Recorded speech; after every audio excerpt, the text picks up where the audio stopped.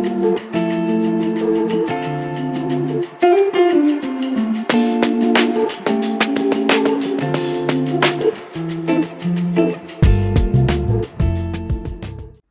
ho, disclaimer.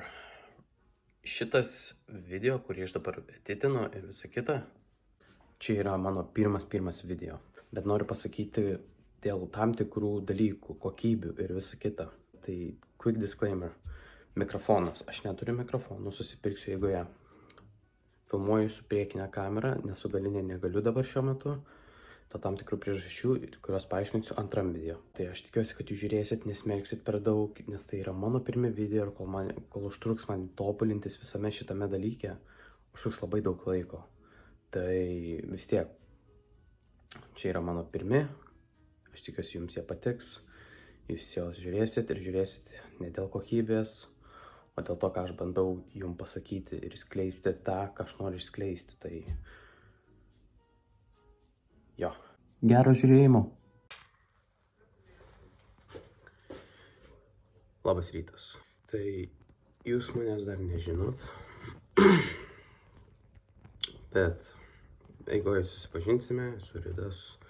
Visą laiką norėjau kurti kontentą.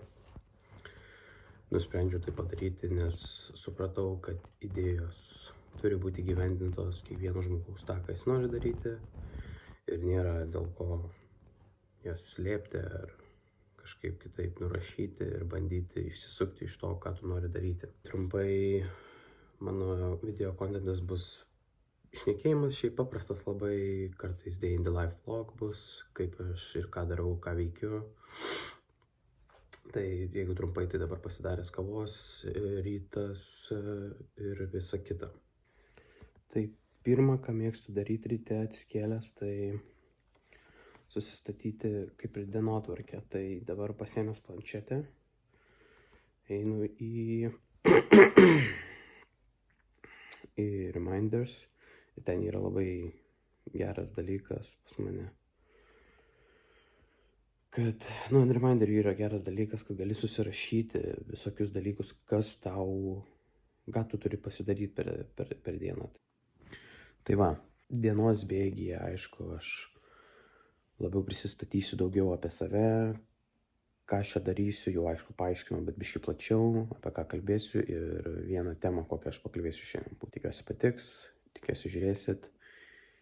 Ir aš tik skleidžiu pozityvą ir noriu, kad visą laiką būtų pozityvas dėl heiterių. Žinau, kad jų bus, nes heiterių visur būna, bet juos reikia taip pat gerbti, mylėti, vien dėl to, kad jie nežino, ką daro. Jie daro tik tais, ką daryti, nes jie yra nelaimingi. O pikti žmonės yra nesuprasti ir nelaimingi žmonės. Už tai jų negerbti ar nemylėti ar pykti jų nereikia. Aš jums linkiu geros dienos, linkiu pozityvios dienos, su daug išminties, kantrybės, meilės ir kitas kadras bus tada, kaip aš explaininu viską. Tai trumpai noriu pasakyti, kad kol pradėsiu į šiandienos šitą video. Nes aš jau matau, kur šitas video eina link, jisai grinai gaunasi kaip koksai day in my life, arba labiau, day in my life. Noriu pasakyti, kad ką veikiu, tai aš einu dabar, mano mergina išėjo į darbą, kad aš keletą savo dalykų jau padaręs, savo projekto dar neprisėdu, šiandien prisėsiu, bet ir dar prisėsiu prie galutinio užbaigimo dėl šito video. Aš pasirašęs esu skriptą, ne šiaip rašyti, bet prasme mintis, ką norėčiau pasakyti. Tada padarysiu tą pagrindinę dalį jau viso šito. Bet koks produktyvumas toliau eina, tai kad dabar, kai neišvarė, kad aš nebūčiau namie taip, tai esu susigalvojęs eit pasivaikščiot, ausinę susidėti, pasijungti arba podcastą, bet šiuo metu audio knygas klausau. Aš jau šiaip skaitau knygas, bet dabar klausau vieną knygą apie įpročių keitimus tokius. Jeigu kitoj daly aš prisiminsiu, koks pavadinimas, tai pasakysiu. Jeigu ne, tai ne. Bet jaučiu pasakysiu editindamas, nes vis tiek matysiu šitą kadrą, tai uždėsiu ant video pavadinimą. Tai jo, tai produktyvumas, kad savo galvą praklėrinti, kad prasivaikščioti, neužsisėdėti. Plius, aišku, dabar einu dar iki savo močiutės.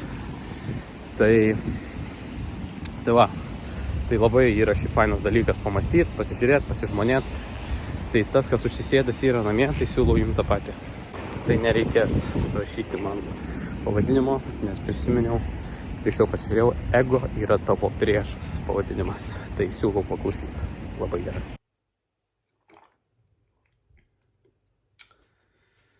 Tai atėjom prie pagrindinės dalies. Pagaliau paaiškinsiu visą savo norą, visą savo misiją, kodėl aš tai darau, kodėl aš noriu tai daryti ir kaip man atėjo visas šitas noras man tai daryti.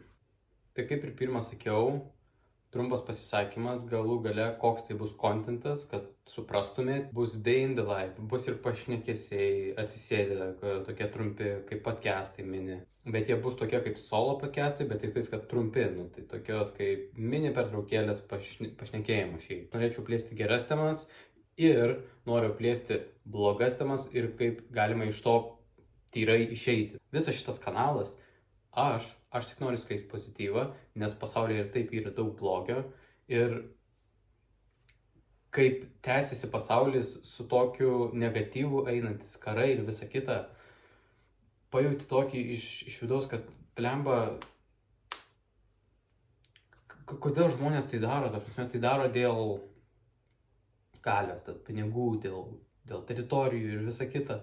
Ir realiai pagalvojus, jeigu aš nepradėčiau va šito daryti, aš niekada nepabandyčiau, galbūt kažkada bus per vėlu ir bus per vėlu ir visai kitais atvejais, bet čia buvo didžiausias jau tas taškas, kur ne tik šitas dalykas, bet ir mano prasimušimas, tobulėjimas ir dar visa kita, kad nori kažką daryti, nori iš gyvenimo daugiau pasimti. Tai nenoriu per daug išsiplėsti. Mano vardas Ridas, visi mano social media bus palikti aprašyme ir tikiuosi laikinsit, followinsit, subscribinsit ir seksit mane šitoj nedrasioj mano kelionį, kurią pradėjau, bet kurią visą laiką norėjau pradėti ir ačiū Dievui, aš ją pradėjau. Pagaliau išlipau iš savo komforto zonos ir einu ten, kur aš noriu eiti ir darau tą, ką aš noriu daryti. Man tai sukelia be galo didelį šypseną, be galo didelę ugnį ir džiaugiuosi tą, ką aš pagaliau darau ir tai, ką aš skleisiu. Nes patikėkit, daug ryžto reikėjo, kad pradėčiau šitą daryti. Ir daug metų. Nes atidėliodavau, vėl numesdavau, numesdavau ir taip neprisėdavau. Bet dabar aš čia, there's no turning back, aš čia ir aš skleisiu tą, ką aš noriu skleisti. Apie motivaciją. Noriu, kad suprastumėt, kad aš ją darau, nes aš ir pats išlipau iš komforto zonos. Šitą, ką taikau jum, taikau taip pat ir savo. Tai nėra, kad aš tik tais pryčinu ir šneku ir visiškai nedarau to pačio, nes tai būtų vaidmainiška ir nesąmonė, hipokritiška. Tai aš tikrai tai darau savo ir tuo pačiu ir jums. Kad jeigu man tai veikia, aš tikrai tikiu jums tai veiks. Nes aš nesakau, kad aš čia būsiu kažkoks super išskirtinis žmogus, kuris visiškai kitaip kalba negu kiti, bet čia buvo visą laiką mano svajonė ir jeigu aš bent vieną žmogų galiu pamotyvuoti, jeigu vienas žmogus bent sakys, taip, aš sutinku su tavim, ačiū, tavo yra nuostabūs žodžiai,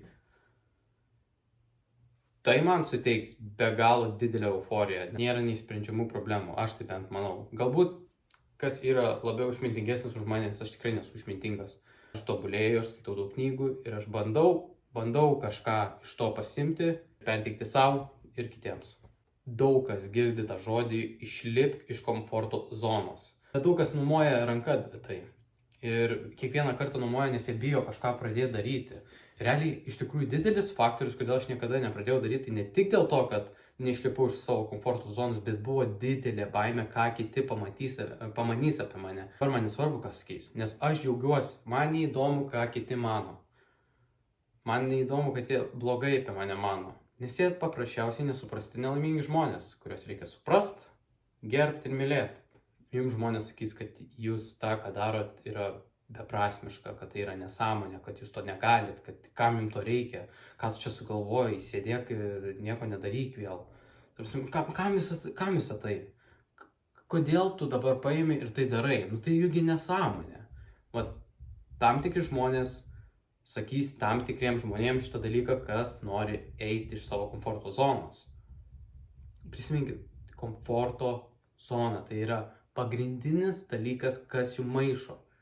Šičia ir žmonės, tie, kurie yra nelaimingi ir kurie sako, kad neįmanoma nieko daryti, nes jie sėdi vienoje vietoje, jie nenori pajudinti šiknos, jie nenori daugiau išgyvenimo, jie tiesiog nori sėdėti. Ir su mano atveju, kaip ir žmonės tikrai sakys, realiai aš jau esu girdėjęs, jau iki šio momento aš jau girdėjau, ta prasme, kritikų nes porą žmonėm pasakiau ir kad kam tau tai reikalinga, ką tu to pasieksi, tu tik vienas žmogus, niekas tavęs neklausys, tu manai, kad auditorija susirinks ir YouTube'ai, tu tapsi populiarus, pripažink, jeigu tai dėl populiarumo darai, tau to nereikia, ir plus tu nemoki tai daryti, tu blogai tai darai, tu nesąmoningai tai darai, ir taip, galbūt aš nemoku tai daryti, nes aš ir nemoku editint gerai, tai pirmas mano kartas, aš tai gerai neatliksiu, bet koks skirtumas, bet aš tai darau, ir mane tiesiog, kas labai džiugina, kad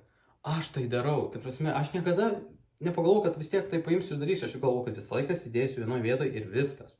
Aš tai darau, kol kiti sako man, kad tai yra nesąmonė ir jie sėdi vietoj. Ir kol jie sėdi vietoj, aš kylu. Ir nekylu vien dėl to, kad aš noriu pasakyti, čia mano ego dabar yra labai didelis. Ne, aš tiesiog tobulėju, aš ugdau save. Ir mano misija nėra taip, kad va, aš užaugau kitam lygio, tu tenais, kuris man čia sakė, kad taip, aš negaliu pasikelt, aš pasikėliau. Ateik su manim, aš tau padėsiu, aš tau suteiksiu pozityvo meilės ir pamatysi, kad viskas yra įmanoma. Šiaip mano dar didžiausias patarimas yra imti iš gyvenimo viską, ką tu gali, imk viską, ką gali. Netidėliok jokių planų, netidėliok. Tiesiog, jeigu tu turi idėją, ją įgyvendink. Jeigu nepavyks, nesvarbu. Pa žmonės yra klaida ta, kad jie tiki savim, jie atiduoda visą save. Paima ir nepavyksta tas dalykas ir jie, kaip negerai, viskas. Reiškia, tai ne man. Ne, tai nereiškia, tau gali nepasisekti 10 kartų, bet iš tų 10 kartų tu toliau eik ir patikėk, tau vienas iš kažko 100 kartų nepasisekimų tikrai pasiseks. Didžiausias pasisekimas gyvenime yra nepasisekimas. Tai ugdo ir moko mus būti geresniais. Mano noras ir misija visame šitame yra suteikti žmonėm pozityvą ir su jie nugalėti, su pozityvu nugalėti liūdesį, neapykantą, pyktį ir visus neigiamus dalykus, neigiamas emocijas, neigiamus vaibus, padėti žmonėm išlipti iš tos komforto zonos. Nėra turbūt geresnio jausmo, kai darai tą, ką nori daryti, tau nesiseka, bet tu vėl judi ir vėl tai darai, negu sėdėti ant lovos ir nieko neveikti. Nes kaip kiti sakys man, kad aš tai darau nesąmonę, bet aš jau geriau šitą nesąmonę darysiu ir bandysiu kelti žmonės į viršų, kol jie bandys traukti žemyn tos žmonės. Šiandien, kadangi žinau, kad bus pagrindinė dalis viso šito filmavimo, ką aš dabar aiškinu ir pasakoju, išlindo man vienas angliškas quote ir jisai man žiauriai patiko, nes aš grinai tą ir pričinu ir mes netgi su draugu apie tą patį visą laiką kalbam, tai jisai skamba taip. The best reason to feel happy is for no reason at all. Didžiausia priežastis ir geriausia priežastis, kodėl tu turėtum jaustis laimingas, tai yra be priežasties. Tu visą laiką turi atrasti juodžiausiam momente tą baltą švieselę. Tai tiesiog jaustis laimingas, atsiminti kažką, vadovautis kažkom, tam tikrai išmintim, tam tikrų kelių ir tam tikrais prioritetais ir tam tikrom vertybėmis. Žinoti, kad tu gali tikrai būsi laimingas, net be priežasčių. Ir tai bus tavo priežastis. Turi judėti, turi galvoti, turi mąstyti, tu turi norėti viso šito. Nes viskas priklauso nuo tavęs. Prisimink, žmonės, kurie kalba, tai jie kalba tenais, o tu esi čia. Tai kol jie kalba tenais, o tu čia kažką kukini, paskui atsisuk ir jam parodyk. Tu neturi laiko galvoti apie save blogai. Tu neturi laiko ir teisės save kritikuoti. Tu neturi nei laiko, nei teisės galvoti, kad tie, kurie sako, kad tu kažko nesugebi ir negali, ir kad tu nesąmonės darai, kad jie yra teisingi. Tu neturi laiko tam. Nes kiti turi laiko tam ant tavęs tai sakyti.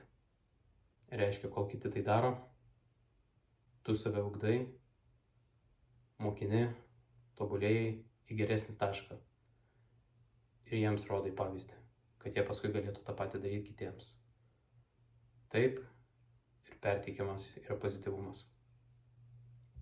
Ačiū, kad žiūrėjot šitą video, tikiuosi jis jums patiks. Manau, kad gan ilgokas kaip pirmas video, tikiuosi, kad jūs žiūrėsit mane, tikiuosi, kad aš jums patiksiu. Labai atsiprašau už visas klaidas, ką aš padariau, nes jų čia bus daug, čia mano pirmas kartas, nesmerkit per daug, rodykit pozityvumą ir bandykit patys kažką irgi. Nežinau, kada išeis mano kitas video, tai iki kito video.